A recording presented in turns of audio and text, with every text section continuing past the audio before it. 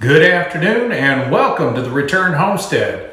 My name is Mike and my wife Marty and I homestead 50 acres in southeastern Kentucky. Today we're back in the master bedroom of our 2001 Fleetwood remodel that we're up to. Last time we were here, we assembled this wall and it is too long. It doesn't fit into the space. So first thing today, we're going to pull this wall down and get it adjusted to the right length. Then we'll start laying out the walls for the shower and the toilet area.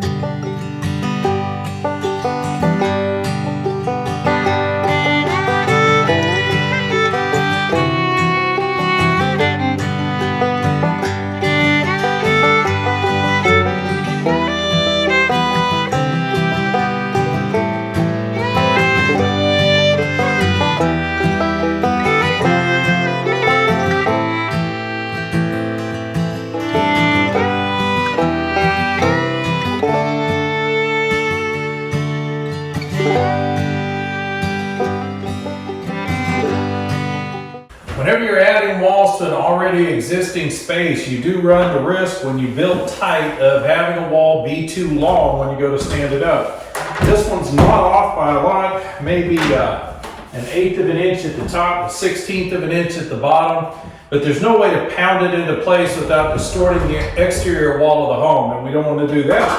So I'm going to pull this down. We'll shave a little bit off of the top and bottom plate, put this last stud back in place, and we should be able to get the wall to fit then.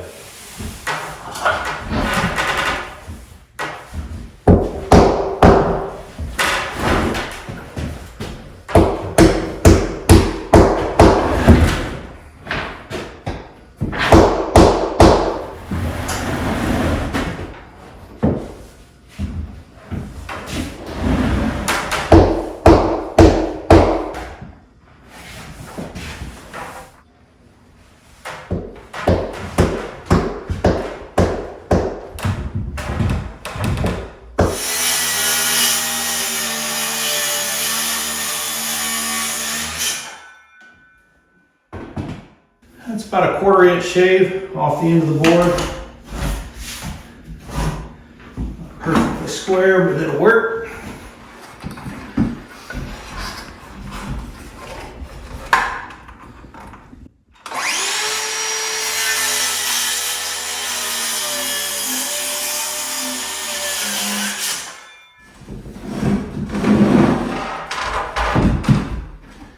Now we just secure this stud back in place and stand the wall back up.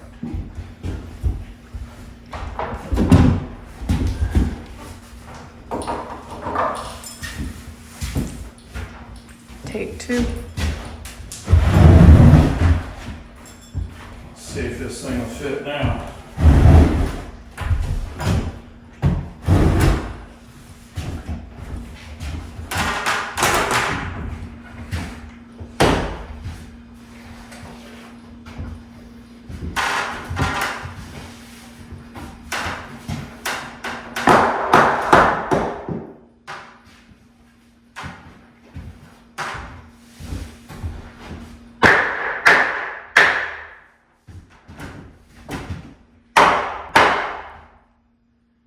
And with one other small modification, just shaving off some of this corner, it looks like we finally got it go in place here. We were looking for a nice tight fit wall to wall, and this accomplished it for sure. All we got to do is get this other end of the wall in place. It's almost there.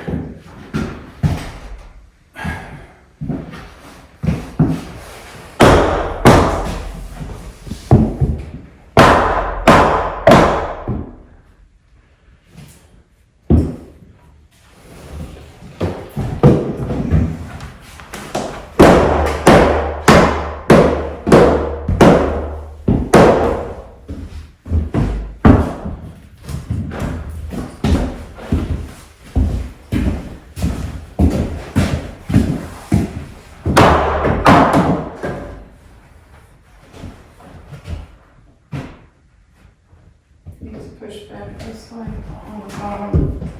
The top needs to go the other way.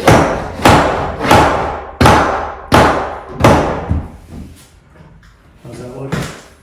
That's in bubble.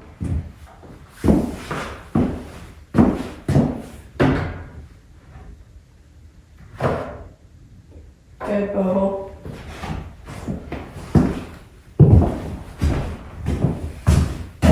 Dead bubble. Nice. Like, got just a little bow here. This top part needs to go in just a touch. We're good. Check this post, especially right here, or right here, this one. Dead bubble. Excellent, let's see that. You're good. Let's check the front lip. Make sure we're not going out at that sister.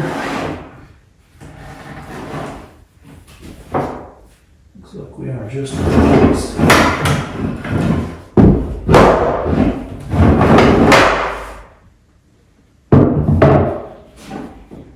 Got it.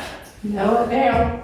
Boom! And again, because we want the tightest possible fit, we're using screws to secure down to the subfloor and to tie the walls together.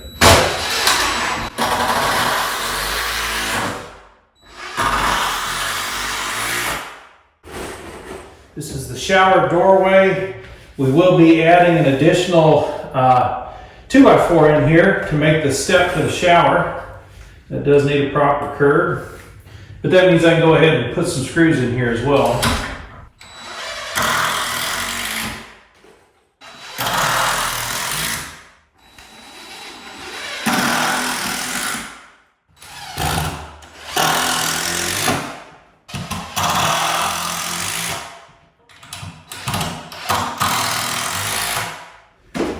Those screws in the doorway will be cutting that bottom plate section out in order to fit the door in.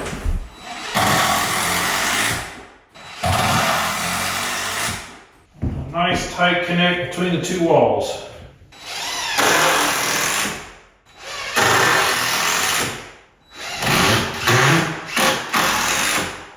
Now nothing's moving, no wiggle in it at all. That's a good solid wall. Be a nice tight structure to hold the door frame so when the door closes, the wall won't shake and rattle. We should be good to go on this wall. We do need to secure this outside stud to the exterior wall of the house. And we should be tight.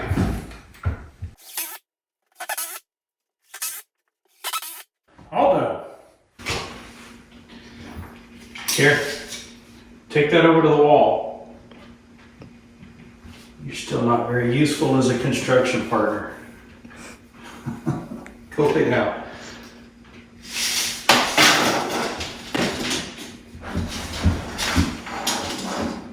All right. So we've decided that this exterior wall for the shower needs to be 53.5 inches from the exterior wall of the house. That's where the wall will begin. It will include the plumbing inside of that wall. So just need to figure out how long it's going to be. We've already decided that we want a shower pan that is 53 by 42. So that'll give us plenty of room on the inside of the shower. We will have to move the drain out away from the door a little bit in order to use the center drain.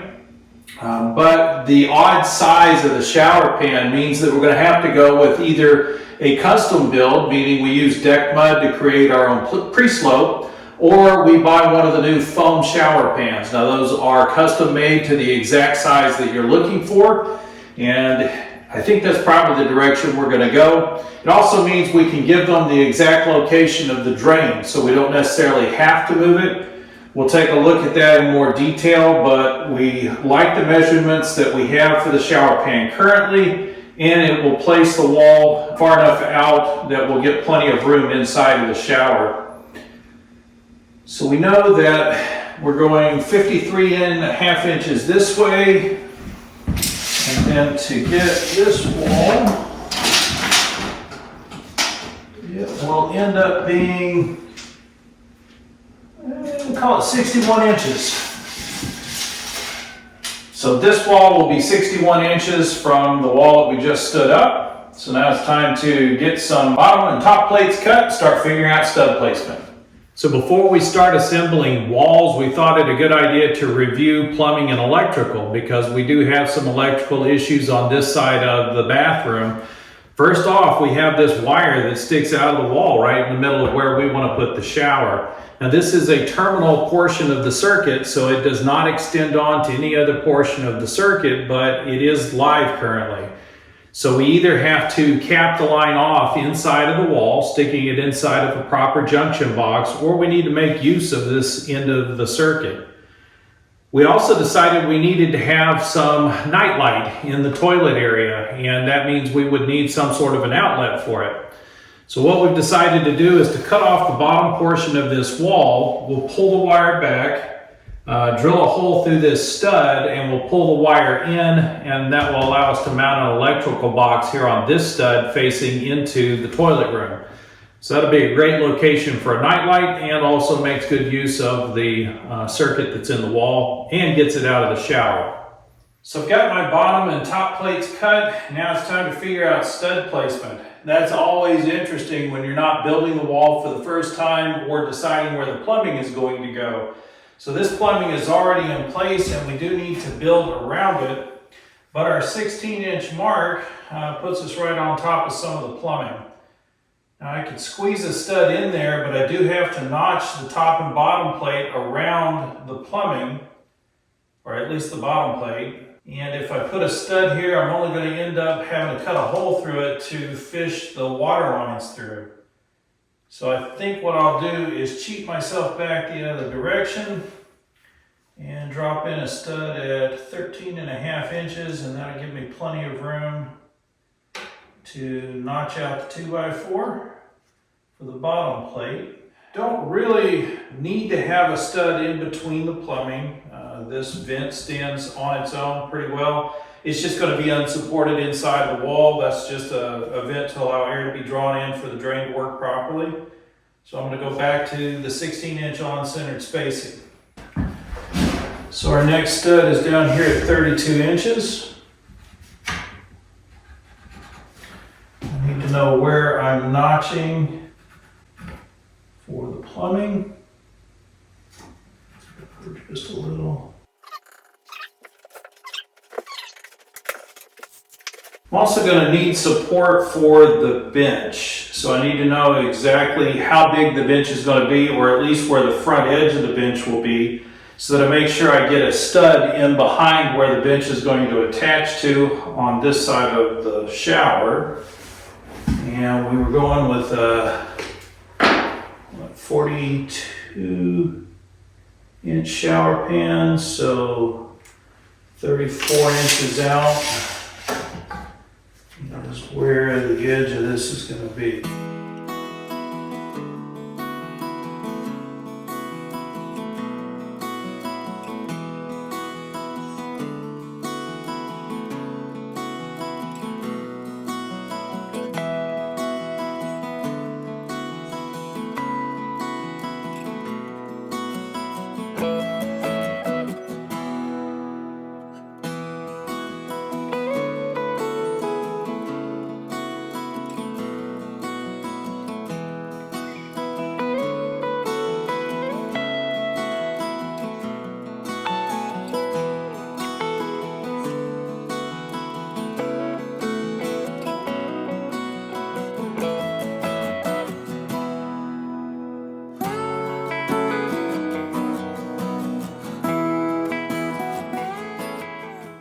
So rather than cutting a notch in the bottom plate and then trying to squeeze that around the plumbing, Marty suggested we just cut the bottom plate out entirely and then add an additional brace up above.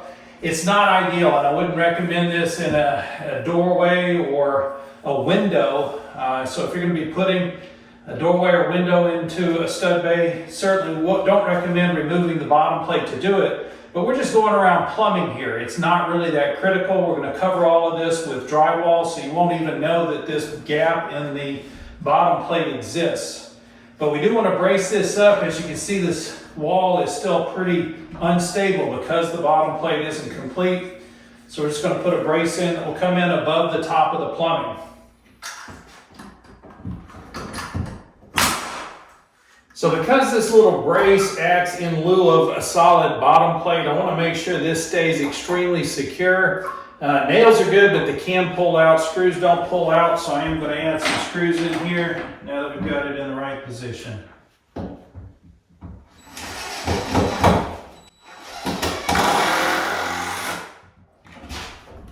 Get this thing stood up. So this would have been much easier to stand up if I had built it with the bottom plate down at this end. I'd just be walking the wall up. But I had put my marks for where the stud goes on the wrong side of the wall, so I had to build it in reverse order. Not a big deal. Drag it across and stand it up. Watch that.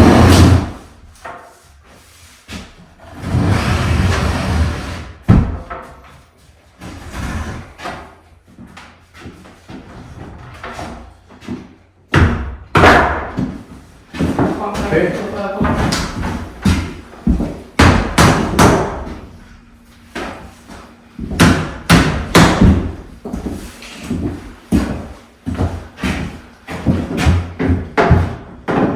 Bottom needs to come towards me, or that needs to be back.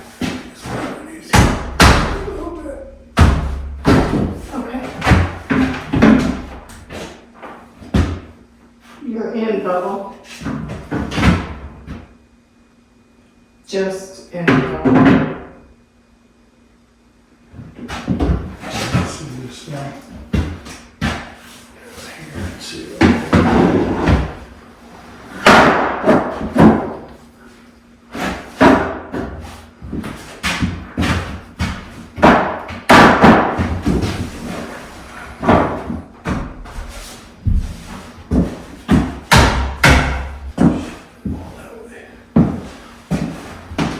Seems like the bottom needs to be kicked out a little. There we go, towards the other wall for sure.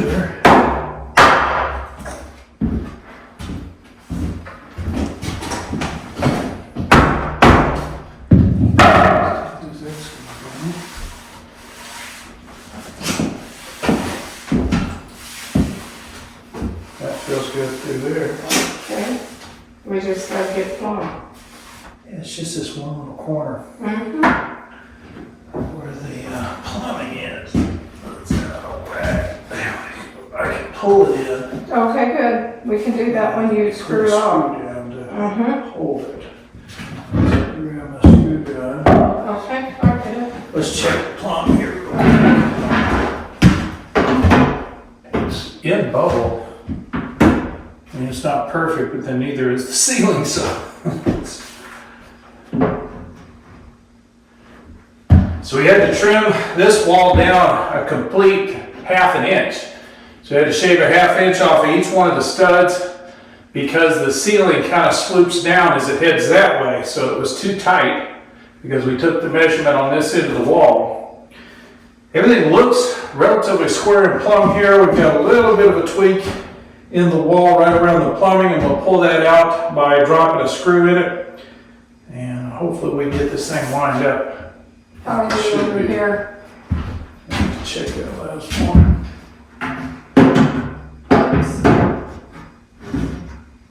You're good here. And the end of the wall. Dead bubble. Perfect. See if we can get this thing secured up here.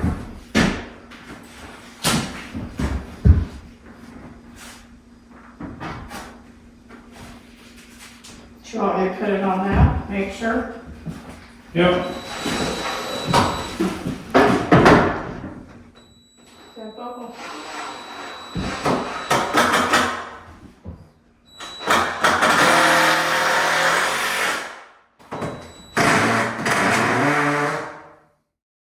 We took extra time setting the bottom of this wall, making sure we measured from the outside wall and making sure that everything lined up as expected. We used the 6-foot level quite frequently to check plumb.